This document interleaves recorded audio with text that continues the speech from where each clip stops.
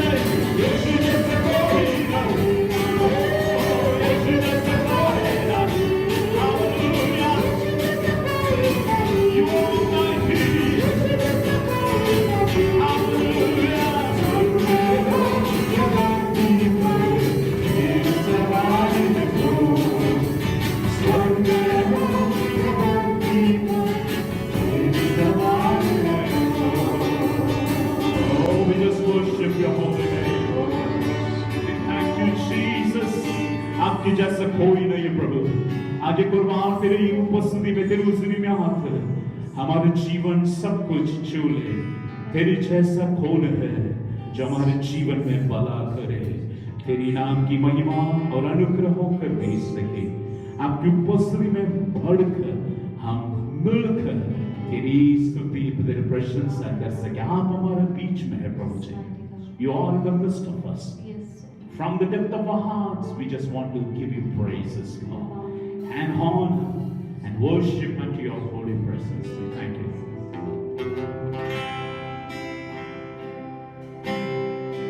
तेरी जैसा कौन है जो मेरा भला करे।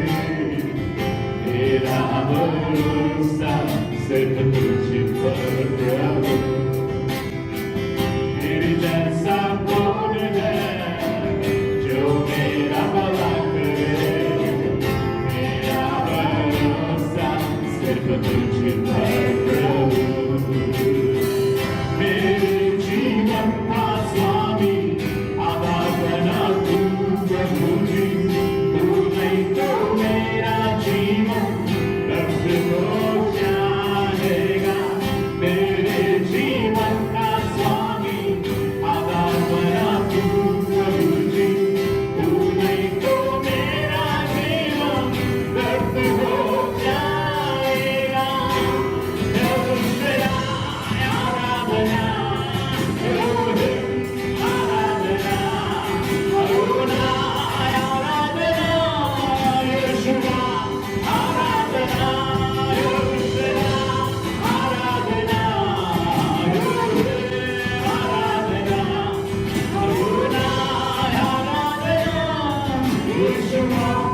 आराधना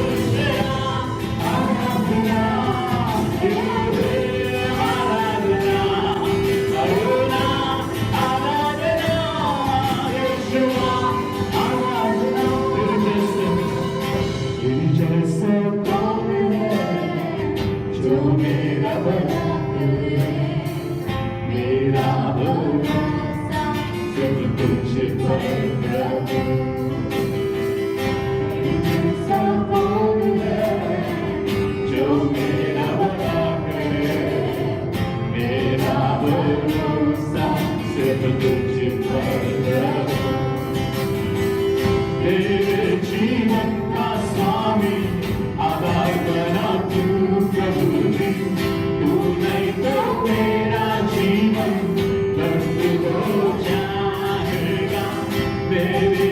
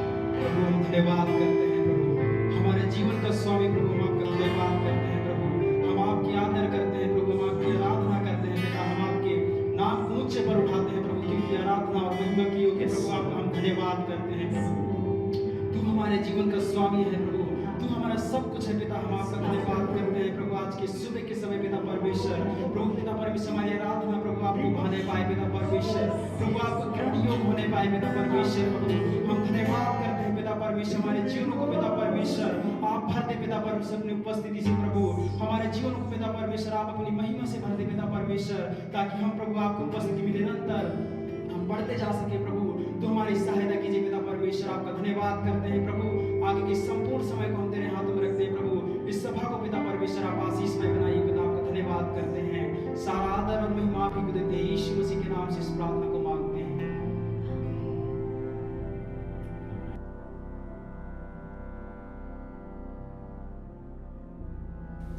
Praise the Lord, everyone. आप सभी को जय मसीह की। Happy Mother's Day to all of you. आप सभी माताओं को मातृ दिवस की बधाइयाँ। We are missing you so much. हम आप सभी को बहुत ज़्यादा याद कर रहे हैं। Today we are missing our Mother's Day celebration too. हम मातृ दिवस के सेलिब्रेशन को भी मिस कर रहे हैं। I thank God today God has made me a mother of 2 children. मैं परमेश्वर का आज धन्यवाद देना चाहती हूँ, इससे मुझे 2 बच्चों की माँ बनाया। I consider motherhood is a great honor and a blessing. मेरा ये मानना है कि माँ होना एक बहुत बड़े आदर की बात और एक आशीष की बात है। I'm going to say 3 roles of a mother from a Bible. मैं वचन से एक माँ की 3 भूमिकाओं के विषय में बात करना चाहती हूँ। First role is a mother is a teacher. जो पहली भूमिका वो ये है कि एक माँ एक शिक्षक की है। Second role, she is a trainer. दूसरी भूमिका ये है कि वो एक प्रशिक्षक है। And third role, she is a treasurer. और तीसरी भूमिका ये है कि वह एक खजांची भी है। First role we are going to see from Proverbs chapter 1 verses 8. पहली भूमिका जो है वो हम नीति वचन 1 उसके 8वें वचन से देखने जा रहे हैं। Children, forsake not the teaching of your mother. और अपनी माता की शिक्षा को न तज। We could see in Proverbs chapter 31 verses 1 the words of King Lemuel, oracles which his mother has taught him. हम नीति वचन उसके 31वें अध्याय पहले वचन में ये देख सकते हैं कि लमूएल राजा के प्रभावशाली वचन जो उसकी माता ने उसे सिखाया। Proverbs chapter 31 verses 26 says, her teachings are filled with kindness. नीति वचन 31वां अध्याय उसके 26वें वचन में लिखा है उसके वचन कृपा की शिक्षा के अनुसार थे। What she has to teach her children, उसे अपने बच्चों को क्या सिखाना है? the word of the Lord. परमेश्वर के वचन को। Deuteronomy chapter 11 verses 19 says, व्यवस्था विवरण उसके 11वें अध्याय 19वां वचन में क्या लिखा है? teach your children when they sit, when they walk by the way, when they lie down and when they rise up. और तुम घर में बैठे मार्ग में चलते लेटते उठते इनकी चर्चा किया करो, लड़कपन में सिखाया करो। Our role is to teach our children every day. हमारी भूमिका यह है कि हम हर दिन अपने बच्चों को सिखाएं। Point number 2 says we have to train our children in the way of the Lord. दूसरा बिंदु यह है कि हमें अपने बच्चों को परमेश्वर के मार्ग में चलना सिखाना है। Lemuel's mother says in chapter 31 verses 2, what are you doing, my son, the son of my vows? Where are you going, the son of my womb? नीति वचन 31वें अध्याय उसके दूसरे वचन में इस प्रकार लिखा है, मेरी प्रतिज्ञा के पुत्र तू क्या करता है, मेरे गर्भ के पुत्र तू कहाँ जाता है। Proverbs 22:6 says, train up the child in the way that he has to go. नीति वचन 22वें अध्याय 6वें वचन में लिखा है, लड़के को उसी मार्ग की शिक्षा दे जिसमें उसे चलना चाहिए। When we train them up in the way of the Lord, they will not depart from the way of the Lord. जब हम उन्हें परमेश्वर के मार्ग में चलना सिखाते तो उस मार्ग से कभी अलग नहीं होंगे। Third role that the Lord tells to mothers this morning, तीसरा बिंदु जो माओं के विषय में परमेश्वर आज की सुबह कहता है, she is a treasurer to her children. वो अपने बच्चों के लिए एक खजांची है। It says in Luke chapter 2 verses 51, लूका उसके दूसरे अध्याय का 51 वचन में लिखा है, but his mother treasured all things in her heart. और उसकी माता ने ये सब बातें अपने मन में रखी। The wonderful character of a mother is she treasures all the secrets inside her heart. एक माँ का गुण ये भी है कि वो अपनी हर एक बातों को अपने हृदय में छुपा के रखे। She knows when her children goes away or goes astray from the Lord, does some mistakes, she teaches them and she treasures those things inside her heart. वो जानती है जब उसके बच्चे परमेश्वर के मार्ग से अलग जा रहे हैं, वो उन्हें सिखाती है और उन सभी बातों को अपने हृदय में खजाने के रूप में भी। Matthew chapter 12 verses 35 says, a good man out of the good treasure of his heart brings forth forth good things. मत्ती 12वें अध्याय उसके 35वें वचन में लिखा है, भला मनुष्य मन के भले भंडार से भली बातें निकालता है। Let us treasure those good things inside our heart and let us bring those good things upon our children and see the goodness of the Lord upon our children. आइए हम उन भली बातों को अपने हृदय में छुपा के रखें और उन्हें अपने बच्चों में प्रकट करें और परमेश्वर की भलाई को उनके ऊपर देखें। According to these verses, may the Lord give us His grace and give us His power and give us His ability to be a good teacher, a good trainer and a good treasurer. इन वचनों के अनुसार हो कि परमेश्वर हमें क्षमता दे कि हम एक अच्छे शिक्षक बने, एक अच्छे प्रशिक्षक बने और एक अच्छी खजांची बने। We are a treasure to our children. हम अपने बच्चों के लिए खजाना है। May the Lord bless this word. हो कि परमेश्वर इस वचन को आशीष करे।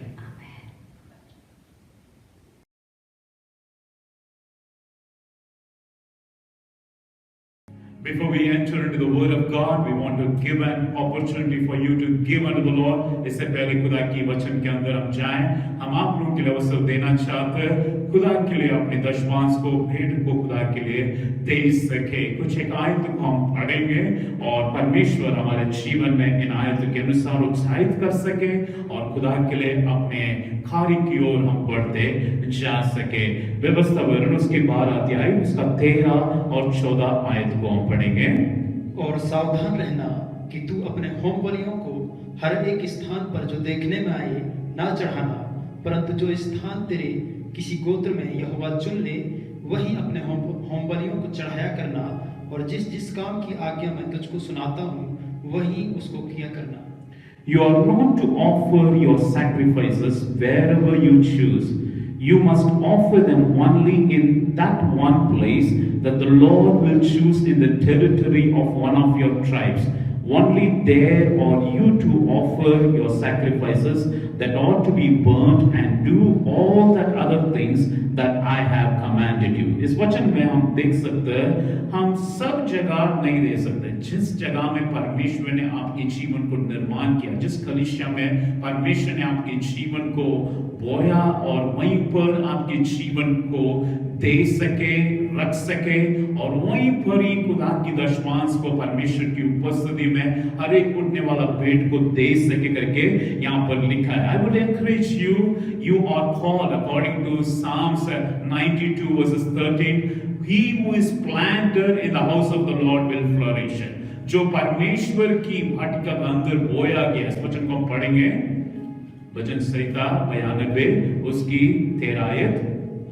वे यहोवा के भवन में रोपे जाकर हमारे परमेश्वर के आंगनों में फूलेंगे फलेंगे। परमेश्वर के आंगन में फूलेंगे फलेंगे। जिस जगह में परमेश्वर ने प्लांट किया है, एक पेड़ अलग अलग जगह में ना बो सकते हैं, जिस जगह में रखा गया उस जगह में फलवंत होने के लिए परमेश्वर आपको बुला रहे हैं। इस वचन के अनुसार हम परमेश्वर की उपस्थिति में जिस जगह में परमेश्वर ने आपको नियुक्त किया है, ये आपकी कलीसिया है, उसमें मैं बढ़ते रहूंगा, जहां पे परमेश्वर की वचन हर प्रकार की शिक्षा को प्राप्त करते हुए उत्साहित होकर खुदा की कदमों में आगे बढ़ सके। खुदा हमारे जीवन को देखकर God loves the cheerful giver. In this morning I will encourage you.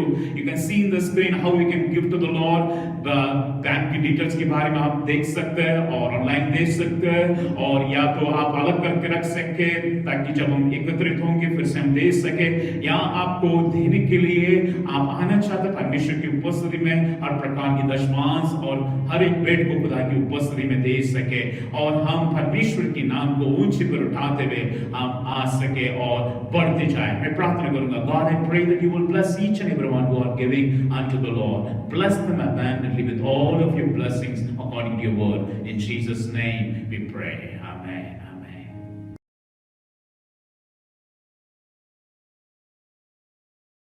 We welcome you once again for this online Sunday service.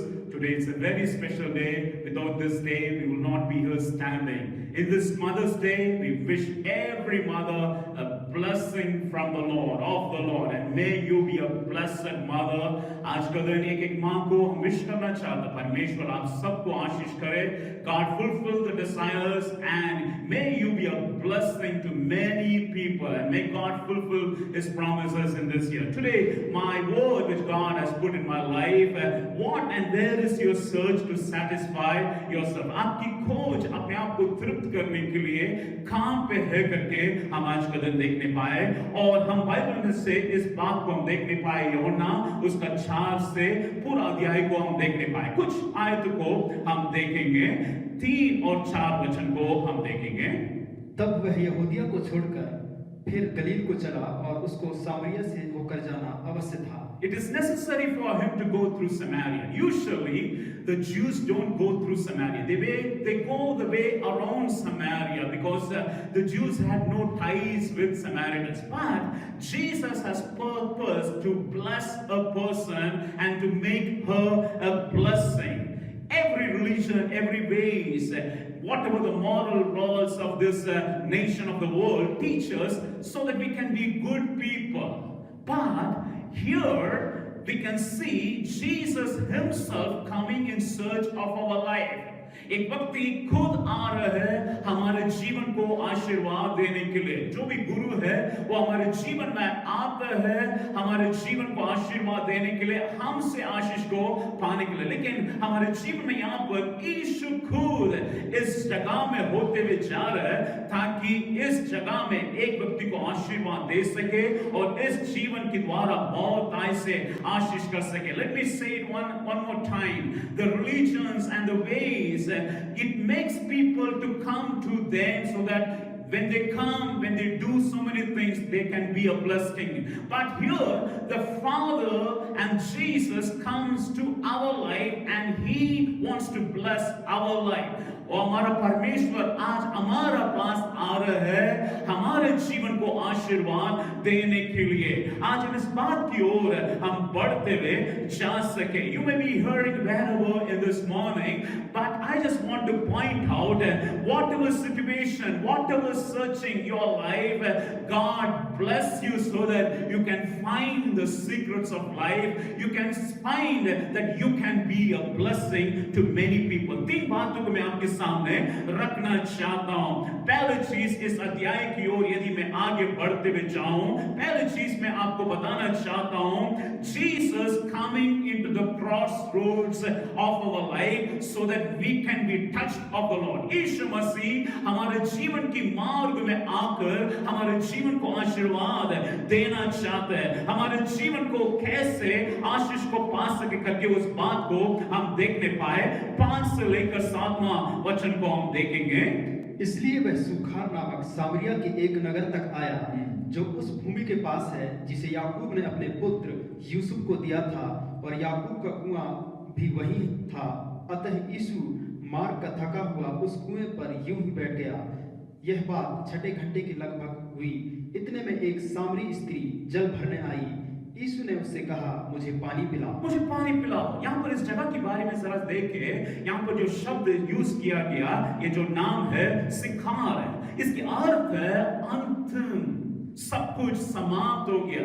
The word specified, it's an end, it's false, the drunken stage of no sense it can mean. The person, this word is specified, the person who comes to this place, maybe it is the end of everything, but it is not the end of this woman, but it is the beginning of blessing. And the timing, you can see it, it is mentioned that it is the 6th hour, which is according to our timing, it is the 12 noon. 12 बजे के समय में यीशु थकते हुए इस जगह की ओर आ रहे हैं और कुआं के पास जाकर बैठ गया है. और इस कारण क्या है, ये कारण क्या यीशु मसीह इस रास्ते की ओर आना है, जैसे मैंने पहले बताया, एक व्यक्ति को आशीष करने के लिए. यदि भी यीशु मसीह थक चुका है, लेकिन उन्होंने अपने जीवन के उद्देश्य को, हमारे प्रति जो उद्देश्य को हमारे जीवन के लिए आशीष करने के लिए वो आ रहे ताकि हमारे जीवन खुदा के द्वारा आशीषित होकर रह सके। यहाँ पर छोटे छोटे कार्य के बारे में यहाँ पर बताया गया। Every detail of this place is mention. God knows every detail of your life. Usually जो औरत है और संध्या के समय में, शाम के समय में रीति के अनुसार आकर पानी को लेकर जाता है। Usually the tradition shows and it specifies the women come in the evening and they take the water. But Jesus exactly know who is going to come in this place at this very exact moment. परमेश्वर हमारे जीवन के ऊपर प्रीति रखता है, हमारे जीवन को जांचता है किस वक्त हम आएंगे और इस समय में इनसे मैं मुलाकात करूंगा और इनके जीवन को मैं आशीषमय बनाना चाहता हूं। Maybe in this time of this shutdown, lockdown stage, we may be shut down and shaken in your life when all your stops and steps are completely be stopping. Maybe many times we think we are going into the shutdown stage and there is no set up in our life and there is only setbacks, but God can reschedule everything and He can make the seasons so that He can save you and make you a blessing. I just want to encourage each and everyone in this morning time. मैं सबको उत्साहित करना चाहता हूँ जो भी इस वचन को सुन रहे हैं, खुदा आपके जीवन को आशीर्वाद देना चाहते हैं, परमेश्वर आपके जीवन को महान करना चाहते हैं। यदि इस समार्य औरत को परमेश्वर छू सकता है, वो जो है जो कुछ भी नहीं के समान, हम वचन में से जानते हैं she was missing the moral standards of her life, she was as no worthiness। यदि खुदा इस व्यक्ति को छू सकते हैं, परमेश्वर आप सबको छूकर आशीर्वाद देने के लिए वो सामर्थ्य परमेश्वर। यदि कुछ रिसर्च जो पिछले हफ्ता मुझे मिला है, इस शटडाउन स्थिति में पूरा देश में काफी प्रकार के अन्याय काफी जगह में हो रहे, विशेष करके मैं एक कार्य को बताना चाहता हूं, specially about the disabled children. One father, he murdered, killed his own child। उसको ना संभालते हुए एक पिता ने अपना जो डिसेबल्ड, जो ना समझने वाला जो बच्चे है होती है और उसको मार डाला। 3 माह ने अपने आप को सुसाइड कर लिया है और ऐसी स्थिति में हम जो जी रहे हैं, लेकिन मैं आपको बताना चाहता हूं परमेश्वर आपको नहीं छोड़ेगा। यदि खुदा के पास हम एक कदम तो आगे बढ़ाएंगे, लेकिन मैं बताना चाहता हूं खुदा आपके पास आ रहे हैं आपको आशीष करने के लिए। आप किसी भी दुखी की स्थिति में क्यों ना हो, परमेश्वर आपकी व्याकुलता को बदलकर आपकी जीवन को आशीष के कारण बनाने के लिए वो सामर्थी परमेश्वर, He knows the exact time He is coming in your life where He can meet you।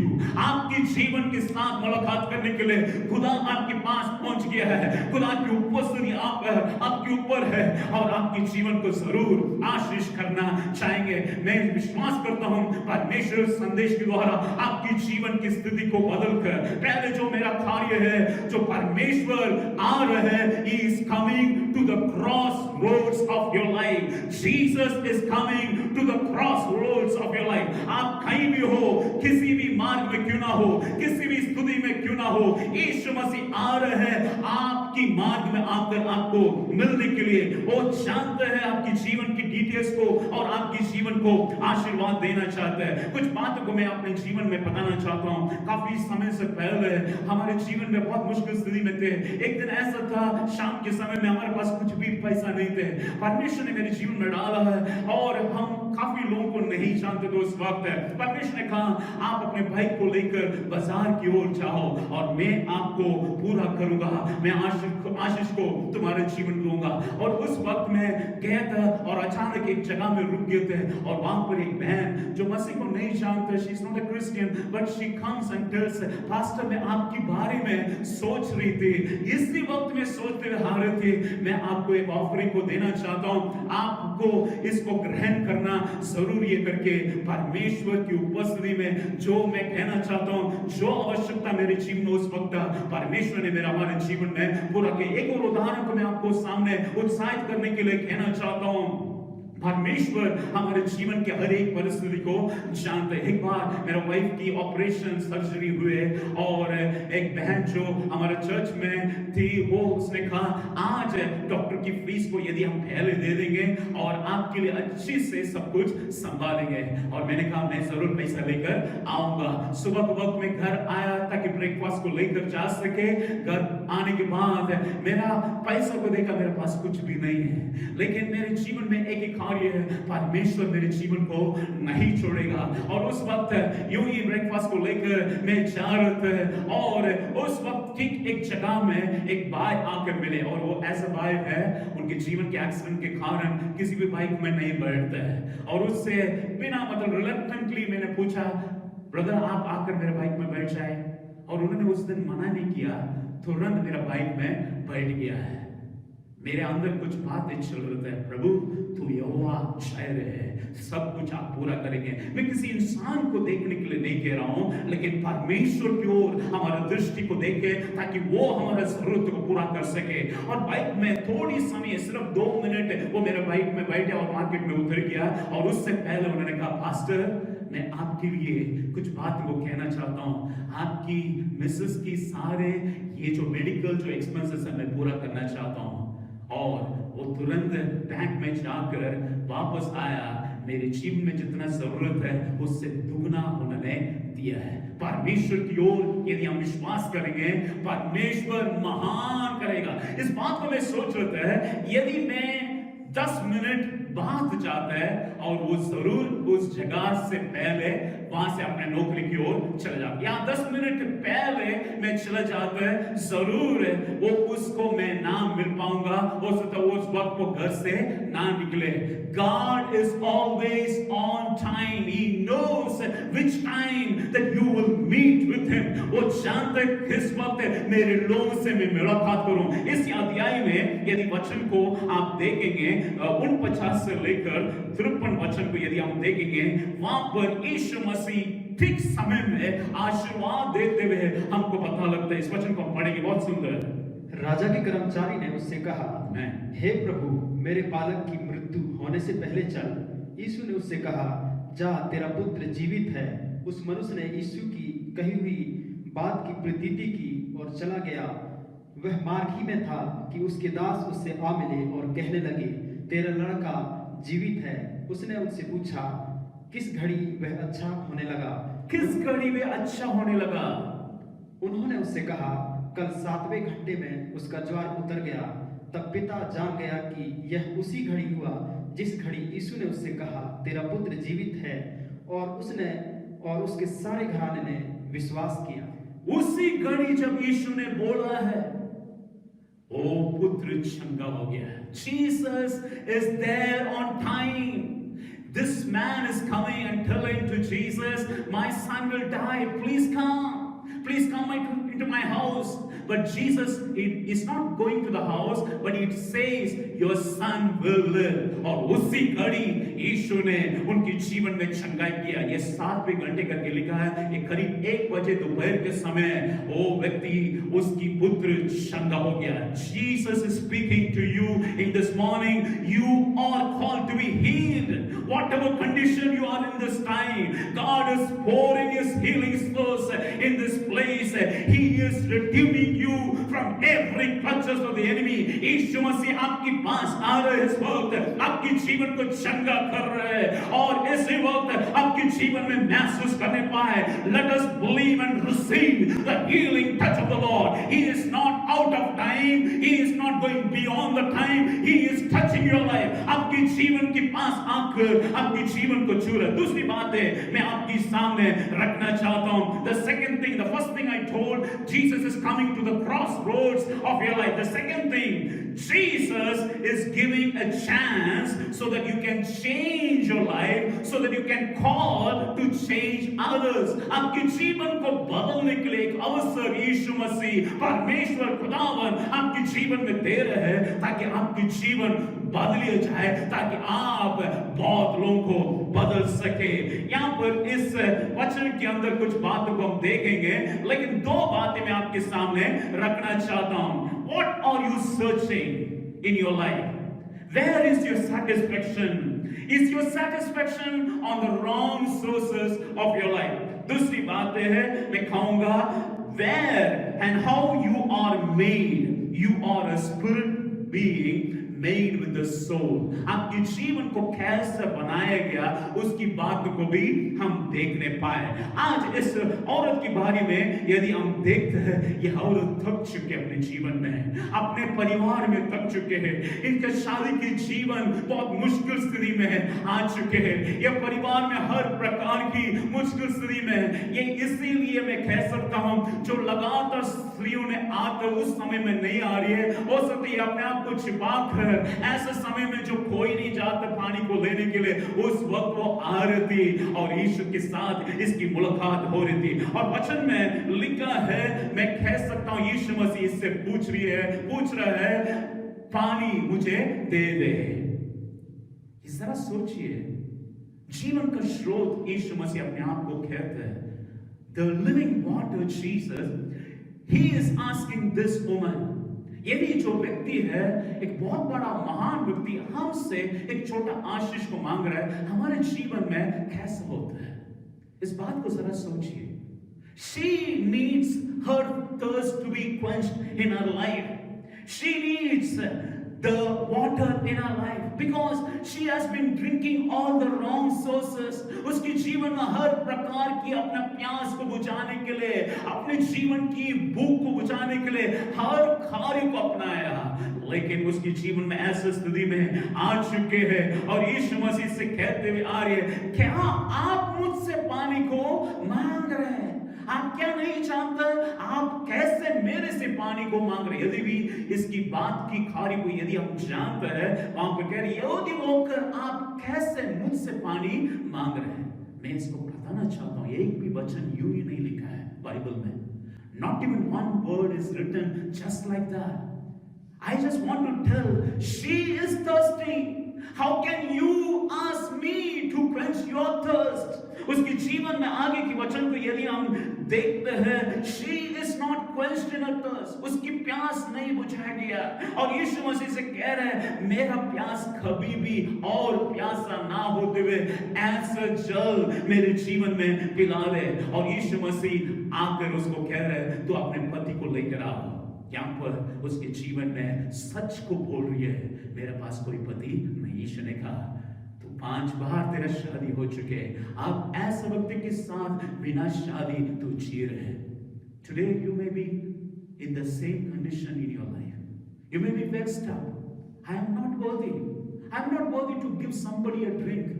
मैं कोई लायक नहीं किसी को मैं पानी पिलाऊं।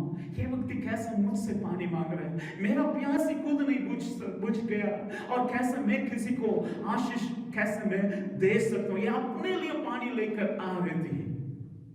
उनके जीवन में ऐसा स्थिति, उनके जीवन में ऐसा व्याकुलता की स्थिति है। हमारे जीवन में हो सकता है हम गिर चुके, maybe we are broken and fallen in your life। हमारे जीवन में ऐसा हो सकता है, मेरा प्यास कब बुझ सकता है? When can I satisfy myself? When I can live a satisfied life? कैसे मेरे जीवन एक तृप्त जीवन बीतूं? मेरे जीवन कब मैं तृप्त हो जाऊं? मेरे जीवन में कब मेरा प्यास बुझ जाएगा? मेरे जीवन में कैसे कैसे मैंने कोशिश किया, एक बार भी मैं सफल नहीं हुआ। 5 times she was married. Maybe you are in the same condition. How can I tell about Jesus? How can I be a blessing to some other? How can I give and quench the thirst of other people when I myself is not in a position? मेरा जीवन ही खुद ऐसा लायक नहीं, मैं कैसे आशीर्वाद की स्थिति में बनूं? हो सकता है आज आपसे परमेश्वर बातचीत कर रहे हैं, आप हो सकते थक चुके, आपकी गवाही खराब हो चुके करके आप सोच रहे हैं, लेकिन खुदा आ रहे हैं आपकी जीवन को उठाकर आशीष की अंदर परमेश्वर आपको इस्तेमाल करेंगे। आपकी जीवन की खारी को ना देखे, परमेश्वर को देखे। परमेश्वर आपके जीवन को बदलना चाहता है। God is changing your life. It is not what you feel about your life. God is changing your very life to be a blessing. आज के दिन एक और संदेश की अंदर हम जाते हुए हम और वचन को पढ़ेंगे, 10, 13 और 14 वचन को हम पढ़ेंगे। यीशु ने उत्तर दिया, यदि तू परमेश्वर के वरदान को जानती और यह भी जानती कि वह कौन है जो तुझसे कहता है मुझे पानी पिला, तो तू उससे मांगती और वह तुझे जीवन का जल देता। यीशु ने उसको उत्तर दिया, जो कोई यह जल पिएगा वह फिर प्यासा होगा, परंतु जो कोई उस जल में से पिएगा जो मैं उसे दूंगा वह फिर अनंत काल तक प्यासा ना होगा, वरन जो जल मैं उसे दूंगा वह उसमें एक सोता बन जाएगा जो अनंत जीवन के लिए उमड़ता रहेगा। Just think about all these verses. इस वचन की ओर हम जरा मनन करने पाए। यीशु उससे पानी को मांग रहे थे और यीशु कह रही, यदि तुम मुझे जानते हो और जरूर तुम मुझसे पानी मांगते हो और मैं जीवन का जल तुम्हें पिलाता हूं। और परमेश्वर हमारे जीवन में आकर कह रहे, मैं तुझे जीवन का जल पिला रहा हूं और मैं तुझे ऐसा पानी दूंगा जो आपकी भीतर एक स्रोत बन जाएगा। Four things I just want to tell. Jesus is telling, give me a drink.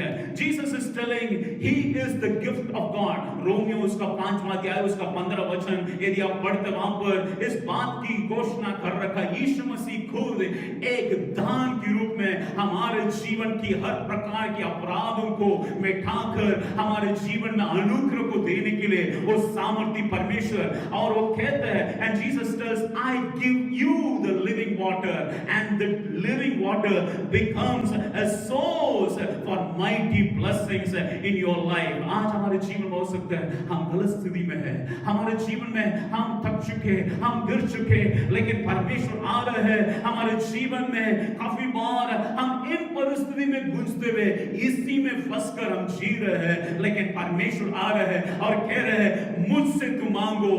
क्या तुम मुझे जानते हो?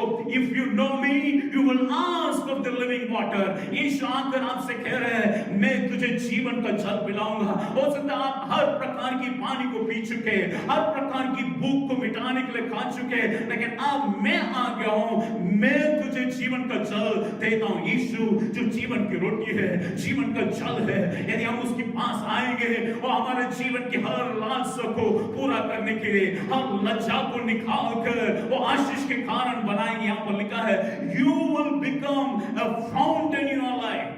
आपकी जीवन एक खुद आशीष की अंदर रहेंगे ताकि आप एक स्रोत बन जाएं। You will not only be satisfied, but you will become the source of blessing in your life. आपकी जीवन ऐसा आशीष की स्रोत बन जाएंगे। You will be, यहाँ पर एक DPT ट्रांसलेशन में इस प्रकार से मैं आपको पढ़ना चाहता हूँ, You will be a greater blessing, and it says it becomes a fresh bubbling spring within them, giving them eternal life. आपके जीवन में ऐसा स्रोत बन जाएंगे, आप बहुत ही लोगों के लिए एक अनंत काल के जीवन की स्रोत बन जाएंगे। Not only you will be blessed in this year, you will be blessed throughout the year and till the eternity. परमेश्वर आपको बुला रहा है, मेरे पास आओ, जीवन का जल मैं तुझे दे देता हूं। God can satisfy every longing, every thirst and every hunger. You are trying the wrong sources. ये 5 बार एक की बार हर कार्य को करते हुए जा रहे थे और 6वां बार ऐसा हो गया, मैं थक चुकी हूं, अब ऐसे जीऊं। Now everything is come to this end. ये जो जगह के नाम यहाँ पर लिखा गया सखा, ये जगह की अर्थ है अंत।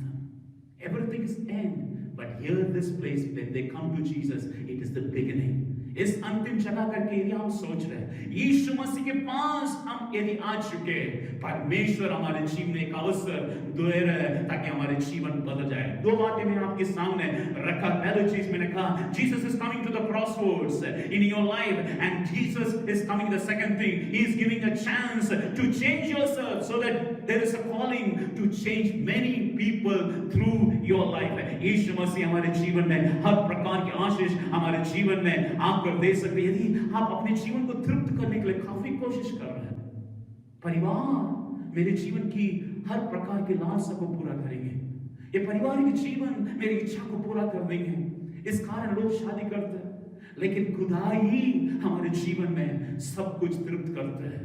ये जीवन की शारीरिक आशा, शारीरिक लालसा नहीं, लेकिन हमारे जीवन में एक जगह है जिसको मैं बताना चाहता हूँ, खुदा ही हमारे जीवन में पूरा करने के लिए वो सामर्थ्य परमेश्वर। काफी लोग गलत कार्य को देखते हैं, फोन रख फ्री, हर प्रकार की गलत चीज को देखकर अपने आप को तृप्त करने की कोशिश करते हैं। लेकिन ये सारी चीज, कुछ लोग अपने श्राप, हर प्रकार की गलत कार्य या दोस्त के साथ बाहर घूमते हुए सभी चीज तृप्त करने की कोशिश करते हैं। But all these things are temporary. ये सारे बात, कुछ लोग कहते हैं मैं सिनेमा को देखूंगा और कुछ गेम्स को देखते रहूंगा और मैं तृप्त हो जाऊंगा। Everything is only temporary solution. Only thing that can satisfy your life is coming to the Lord. When you come and fall before the Lord, परमेश्वर के पास यदि आकर हम कहते हैं मुझे आपके जल से दे दे, और खुदा आपके जीवन को आशीष के अंदर प्रवेश करते हुए आपके जीवन को आशीषमय बनाने के लिए वो सामर्थ्य परमेश्वर है। एक और बात है, इस वचन में से यीशु मसीह इनके जीवन में बातचीत करते हुए ये बता रहे थे how you are made in your life, हमारे जीवन कैसे बनाया गया। 23 और 24 वचन को हम पढ़ेंगे। परंतु वह समय आता है, वरन अब भी है, जिसमें सच्चे भक्त पिता की आराधना आत्मा और सच्चाई से करेंगे, क्योंकि पिता अपने लिए ऐसे ही आराधकों को ढूंढता है। क्योंकि परमेश्वर आत्मा है और अवश्य है कि उसकी आराधना करने वाली आत्मा और सच्चाई से आराधना करें। एक और बात है जो हमारे जीवन को तृप्त कर सकता है, जो केवल हमारे जीवन में यीशु की उस जल को पीने के लिए नहीं, आप एक परमेश्वर के आराधक बन जाए। When you come to the presence of the Lord and become a worshipper, the praises and worship not only satisfy your life, and Father is searching for your life. पिता ढूंढ रहे कौन सच्चे मन से उसको आराधना करने वाला। यहाँ पर 3 बातें मैं आपके सामने बताना चाहता हूँ। Your body, your life is created with 3 things. आपके जीवन में 3 बातों से आपके जीवन बनाया गया है। आपके जीवन में एक शरीर है, आपके जीवन में एक मन है, और आपके जीवन में एक आत्मा है। Amen? You are created with a body, you are created with a soul, and you are created with a spirit. यीशु मसीह के बारे में यदि हमें बताऊं, यीशु मसीह जब उसने इस बात को कहा क्रूस पर, हे पिता तेरी हाथ में मैं अपने आत्मा को देता हूं, और वचन में लिखा है यीशु मसीह ने पाताल में गया और वहां पर मृतकों को जिलाया। Here we can see 2 things. उनके जीवन की एक प्राण है यीशु मसीह ने वहां पर उन्होंने दिया, और बंद भी लोगों को उठाया। We can see about the soul. और परमेश्वर के हाथ में उनकी आत्मा को सौंपा। There is a spirit. लेकिन यीशु मसीह जब वो मर चुका है और वो उनको दफनाया गया एक कब्र में, लेकिन जिंदा खुदावंद तीसरा दिन जी उठकर हमारा साथ निवास करता, वो एक पिंडता यीशु मसीह और भी अच्छे लोगों की एक पिंडता है। He has the body, he has the spirit which he committed to the Father, and he has the soul. He went to the Hades and redeemed the people. यीशु मसीह की एक और कार्य को मैं आपके सामने रखना चाहता हूं। परमेश्वर की एक और बात को मैं आपके सामने रखना चाहता हूं। उत्पत्ति उसका 2 अध्याय उसके 7वां वचन, कैसे मनुष्य बनाया गया, इसको मैं आपके सामने रखूंगा। How the man was created. तब यहोवा परमेश्वर ने आदम को भूमि की मिट्टी से रचा और उसके नथनों में जीवन का श्वास फूंका, और आदम जीवित प्राणी बन गया। यहाँ पर एक और बात, 3 बातों को हम देख सकते हैं। परमेश्वर ने इस मिट्टी से आदम को बनाया। There is a body which has been given. दूसरी बात है, परमेश्वर ने अपने जीवन को उसकी नथनों में डाला, which means God has given a spirit. एक आत्मा परमेश्वर उनके जीवन में डाला, और वचन में लिखा वो जीवित प्राणी बन गया। जीवित प्राणी का मतलब उसकी मन है, उसकी मन हर प्रकार की कार्य जो प्राण है उसमें सोचने के बाद है, उसमें हर प्रकार की emotions and will power and decision making, everything is प्राण। लेकिन ये जो परमेश्वर की बनाए हुए जो इंसान पाप किया है और परमेश्वर की उस आत्मा की उस बात को खो दिया, and he was living only with the body and the soul. यीशु मसीह आया हमारे जीवन में, हमारे जीवन की जगह को लेते हुए हमारा आत्मा को जिलाया। विषय उसका 2 अध्याय उसके 7वां वचन को 6 और 7वां वचन को यदि हम पढ़ते हैं वहां पर हमको देखने के लिए मिलते हैं। 6वां वचन को हम पढ़ेंगे। और वह मसीह यीशु में उसके साथ उठाया और स्वर्गीय स्थानों में उसके साथ बैठाया, कि वह अपनी उस कृपा से जो मसीह यीशु में हम पर है, आने वाले समय में अपने अनुग्रह का असीम धन दिखाए। आमीन। मसीह ने हमारे जीवन को जिलाया करके हम इस वचन में 6वां वचन में हम देख सकते हैं। Verse 6 it says, the Lord quickened our spirit. We were dead to trespasses and every kinds of sins and iniquities. Jesus quickened our spirit. हमारा जो आत्मा पाप के कारण हमारे जीवन में जो मर चुके हैं और केवल आत्मा और हमारे जीवन में केवल एक प्राण और शरीर जीवित है, उस आत्मा जो मर चुके यीशु मसीह हमारे जीवन में आकर हमारा जो आत्मा को जिलाया। God quickened our spirit and we can have communion with the Holy Spirit. परमेश्वर के साथ हमारे जीवन की सेवागिता, इसलिए वचन में लिखा पवित्र आत्मा के साथ सेवागिता, केवल हमारा शरीर और प्राण से जीवन बिताने के लिए नहीं, यीशु मसीह के पास जो आ रहे हैं केवल वो जीवन का जल केवल नहीं दे रहे, उसके अंदर की आत्मा को जिलाते हैं ताकि वो आराधना कर सके, स्तुति कर सके, परमेश्वर के साथ उसकी उपस्थिति में इस पृथ्वी में रहते हुए उसकी समूह में आ सके। परमेश्वर ढूंढ रहे हैं। God is searching for you in this morning. God will change your life. परमेश्वर आपके जीवन को बदलने के लिए सामर्थ्य परमेश्वर उसकी जल को आप स्वागत करें। Your thirst will be completely be quenched. आपके जीवन के हर प्यास बुझ जाएगा और आपके जीवन में एक तृप्तिपन आ जाएंगे। There is a place in our heart. आपके जीवन के अंदर एक जगह है। इस संसार की रिश्ते, पैसा, धन दौलत और हमारे जीवन की शारीरिक अभिलाषा हर कार्य तृप्त नहीं कर सकते हैं। और सदा आज हम हर प्रकार के कार्य को हम ढूंढते हुए जा रहे हैं। ये सब कुछ ही समय के लिए कुछ ही समय के लिए हमारे जीवन में खुशियां हैं, जो यदि 3 घंटे सिनेमा थिएटर में जाकर देते हैं उसकी बात फिर से व्याकुलता है। शराब पीते हैं कुछ ही समय के लिए, उसकी बात फिर से होश में आता है, वो फिर से वो व्याकुल होता है। हम यीशु के पास आएंगे, उसकी जल हमारे जीवन को तृप्त करता है। हमारा जो आत्मा जो मर चुके हैं यीशु मसीह जिलाते हैं ताकि हमारे जीवन को स्वर्ग स्थान में आपको लेकर खड़ा करते हैं। God is not only going to leave you just by giving you the living water. God is giving your life to be a blessing. आज आपके जीवन में इस बात को मैं कहना चाहता हूँ। परमेश्वर के वचन में लिखा है, इस वचन को भी हम पढ़ेंगे, वचन संहिता 14 का पहले वचन। मूर्ख ने अपने मन में कहा है, कोई परमेश्वर है ही नहीं। कोई परमेश्वर है ही नहीं। The fool says in his heart there is no God. Many times many people say there is no God. Amen. पर काफी लोग कहते हैं मेरे जीवन में ऐसा प्रकार की परमेश्वर परिस्थिति में क्यों है, इसलिए मैं कहूंगा परमेश्वर नहीं है। Maybe you don't know God, but there is God in your life. कुछ बात को मैं जरा सोचना चाहता हूँ। हर एक चीज है साइंस के द्वारा डिफेंड किया गया है।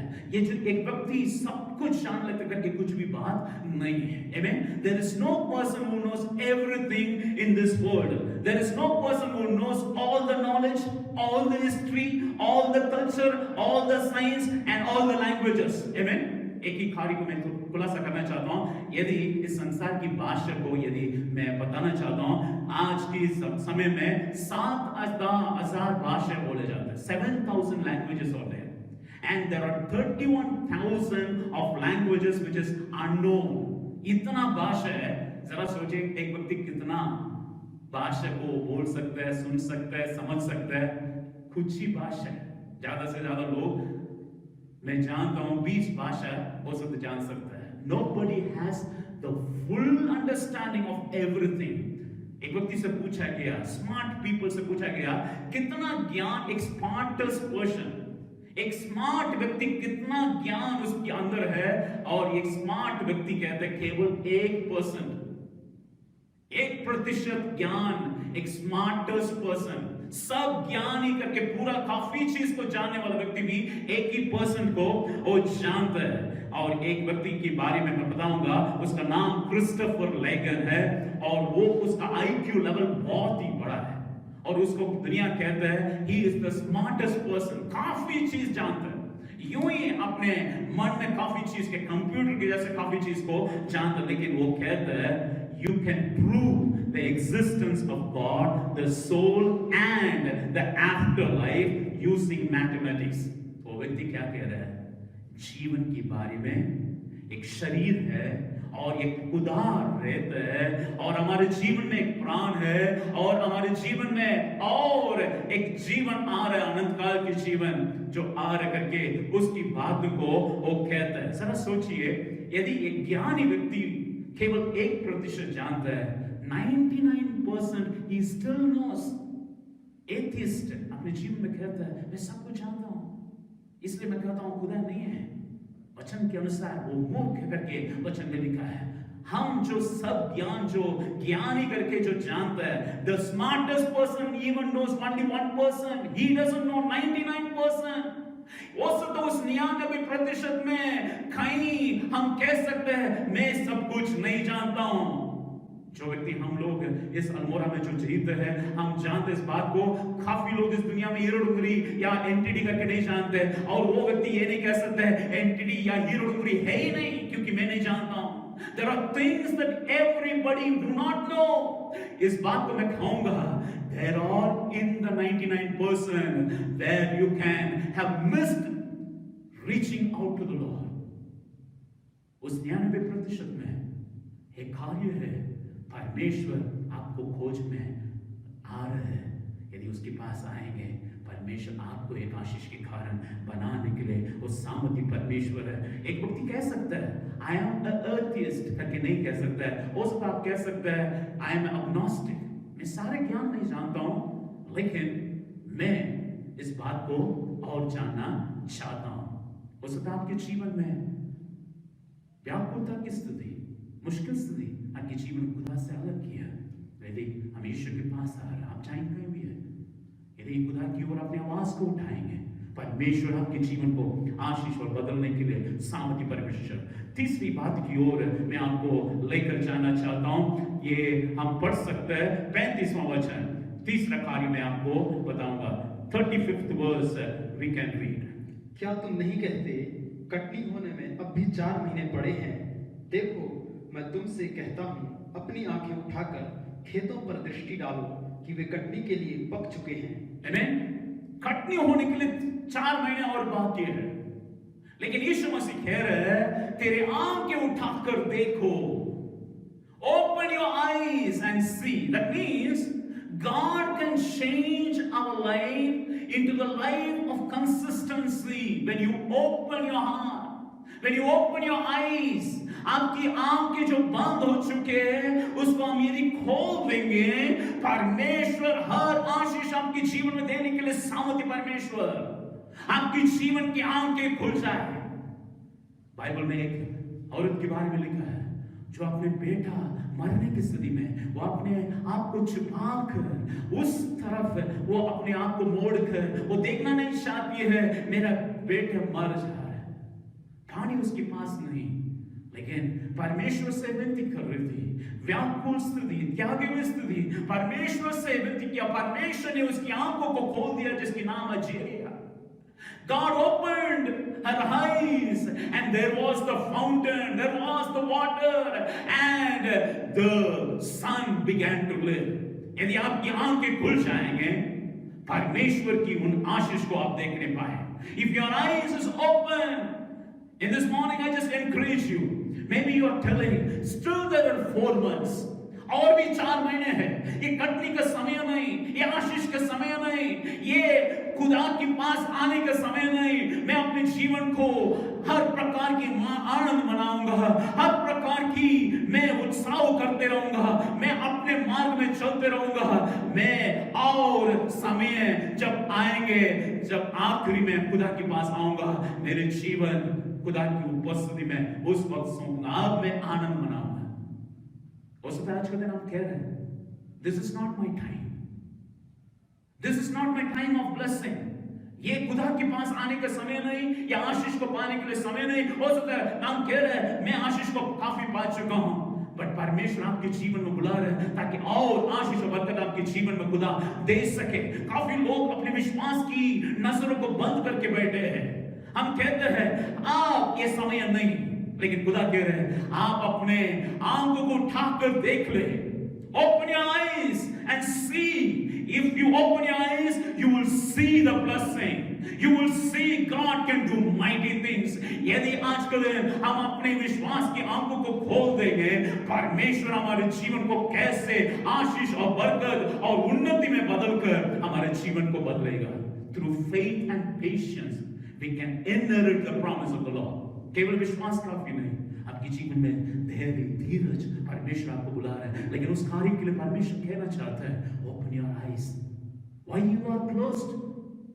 आपके जीवन में क्यों आपकी आंख बंद हो चुके हैं?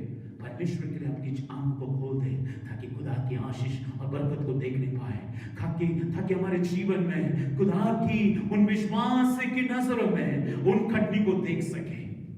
काफी बार हम प्रार्थना करते हैं, लेकिन विश्वास है ही नहीं. हम खुदा से काफी चीज को मांगते हैं, लेकिन विश्वास नहीं कर पाते हैं. वचन में लिखा है, यदि हम प्रार्थना करते हैं, विश्वास करना चाहिए. If you pray, you have to believe God is going to bless your life. And when you're praying, believe that God has already blessed. परमेश्वर की उपस्थिति में जब हम प्रार्थना करते हैं, केवल हम उस समय तक नहीं, आप विश्वास करें परमेश्वर ने दे चुके, तब आपके जीवन में मिल जाएगा. यदि कोई भी चीज आप प्रार्थना कर रहे हैं, हो सकता है परिवार के लिए, आपके खुद के जीवन के लिए, अपने हर प्रकार के संकट के लिए, आप विश्वास करें परमेश्वर ने दे दिया. And God makes you blessing. तीन बातें मैं आपके सामने रखा है. God is reaching and coming to the crossroads of your life. He is giving you a chance so that you can change your life. You need not satisfy in unwanted sources. Come to Jesus. He will give you the living water. You are life of worship.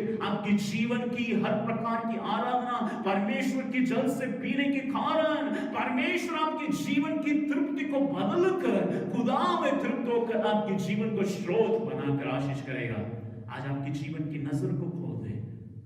Open your closed eyes so that your life will be a continual blessing, consistent life, so that you will be a blessing in your life. मैं आज आपको लिए प्रार्थना करना चाहता हूँ. यदि आप जानते हैं इस बात, यदि आप कह रहे हैं प्रभु मैं आपके पास आना चाहता हूँ, मैं तृप्त नहीं हुए, मेरे जीवन को तृप्त कर, मैं टूट चुका हूँ, मेरे जीवन में कोई लाभ नहीं, मेरे जीवन में कुछ भी नहीं, खुदा मेरे जीवन में अनुग्रह दे. Maybe in this morning time as you are hearing God's word, आपके जीवन की तृप्ति काफी चीजों से पाने के लिए कोशिश करो. आज आप निर्णय करिए, यीशु मैं आपके पास आ रहा हूं. Come to the Lord. Come as you are. Come clean before the Lord and confess it. You will be a blessing in your life. आज खुदा के पास यदि आप आना चाहते हैं, आप जहां कहीं भी अपने हाथ को लेकर अपने दिल के पास रखें, या अपने हाथ को उठाकर खुदा की ओर देखें, प्रभु मैं अपने जीवन को सौंपता हूं. God, I submit myself in this morning time. I come to you, Lord. Please accept me. I have lost everything, Lord. मेरा परिवार, मेरा सब कुछ, मेरा हर कार्य खत्म हो चुका. हो सकता है बीमारी की भय के कारण आप पीड़ित हैं या बीमारी की स्थिति में हैं. खुदा के पास यदि आप आएंगे, जीवन का जल खुदा के स्रोत से पिलाकर आपको एक आशीष के कारण बनाए. परमेश्वर बनाने के लिए सामर्थ्य परमेश्वर खुदा आपके जीवन को आशीष करें. आप अपने हाथों को उठाकर रखिए, अपने हाथ को या परमेश्वर की ओर उठाकर आपके दिल के पास रखें. जब मैं प्रार्थना करूंगा, आपके प्रभु मेरे दिल में आ, मेरे जीवन को आशीष कर. मान परमेश्वर को कृपा, आज हम आपके पास आते हैं, एक जीवन को छू ले. You are coming to the crossroads of our life, and you are giving us another chance to change our life, and you will make our life from the closed stage into the consistent stage of our life. प्रभु हम आपके पास आ रहे हैं, आप आ चुके हैं. इस वक्त आप हमारा समीप, आप देख रहे हैं प्रभु जी, हम कहां पे है करके देख रहे हैं. उस समय हम सोच रहे कोई मुझे देखते नहीं, लेकिन आज आप हमें देखते हैं. एक ही जीवन को छू ले प्रभु जी. उन्होंने प्रभु जी अपने दिल को आज आपके लिए खोला है, उनके जीवन को इस वक्त छू ले. Come and touch your people, Lord. आपकी आत्मा से छू ले यीशु के नाम से. तेरा आशीष को मैं बोलता हूं, अनुग्रह को मैं बोलता हूं, उनकी जीवन की परिस्थिति बदल जाए. यीशु आप उनकी जीवन में काम कर, इनके जीवन को जो त्यागे हुए कुछ भी नहीं कर सामान है, पापी जीवन है, आप इन्हें बदल दे प्रभु, आशीष की खार इन्हें खड़ा कर, आज की जीवन और प्रभु जी एक अनुग्रह के जीवन में बदल दिया जाए और इनके जीवन को आशीष मां जीवन बदलने के लिए आपको धन्यवाद देते। Today you are changing everybody Lord, quench all our thirst, we come to you, हमारे जीवन प्राण शरीर सब कुछ तेरी हाथ में हम सौंपते हैं, आशीष अनुग्रह एक एक जीवन में बोलते हुए इस प्रार्थना उद्धार करता यीशु के नाम से मांगते हैं, आमीन आमीन। आइए मिलकर प्रभु के अनुग्रह को एक साथ बोले, हमारा यीशु मसीह का अनुग्रह, परमेश्वर का प्रेम, पवित्र आत्मा की सेवागिता अब से लेकर हमेशा तक होती रहे। God bless you. Thank you each and everyone for joining us in this service, and may this whole week be blessed of the Lord. Once again, we wish every mother a happy Mother's Day. God bless you. Thank you.